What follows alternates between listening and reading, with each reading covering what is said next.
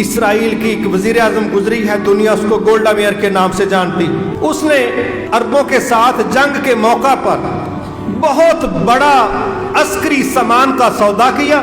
لوگوں نے اس کو پوچھا کہ اگر یہ سودے کی قیمت بھی دینی پڑے اور ہم جنگ بھی ہار جائیں، ہو سکتا ہے 70 سال تک 3 وقت کی بجائے ہمیں 1 وقت کھانا کھا کے گزارا کرنا پڑے، اور تم کس طرح کا فیصلہ کر رہی ہو کہ سارے ملک کی معیشت کو اسلحہ کے اندر جھونک رہی ہو؟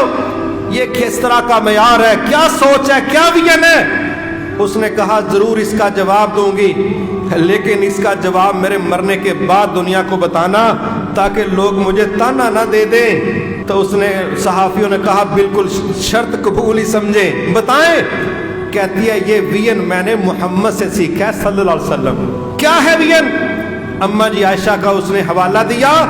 کہتی ہیں وہ کہہ رہی ہیں کہ جب آپ اس دنیا سے گئے ہمارے گھر میں چراغ میں جلانے کے لیے تیل نہیں تھا، لیکن ہماری کچی دیواروں کے ساتھ 9 تلواریں لٹک رہی تھیں. 9 تلواریں. یہ وہ نبی ہیں جو 1 وقت کا کھانا سٹور کرنے کے قائل نہیں.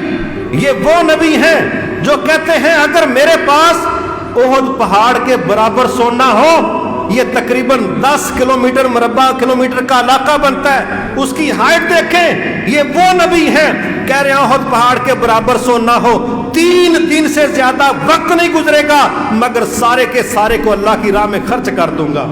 یہ نبی سٹوریج کا قائل نہیں ہے، یہ جمع کرنے کے ذہن نہیں رکھتے، یہ خرچ کرنے کا ذہن رکھتے ہیں. لیکن جب باری عسکریت کی آتی ہے تو پھر اسی حجرے کے اندر چراغ میں ڈالنے کے لیے تیل نہیں ہے لیکن 9 تلواریں لٹکی ہوئی.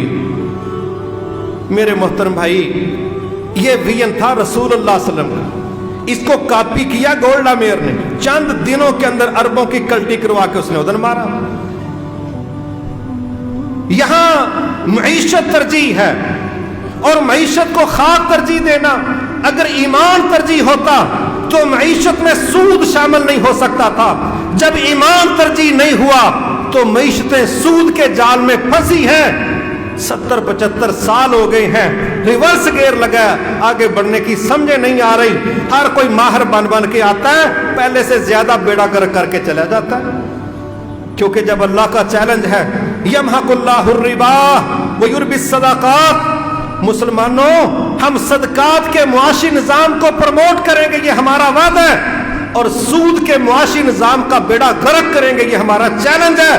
اور اللہ کے چیلنج کو کوئی قبول نہیں کر سکتا.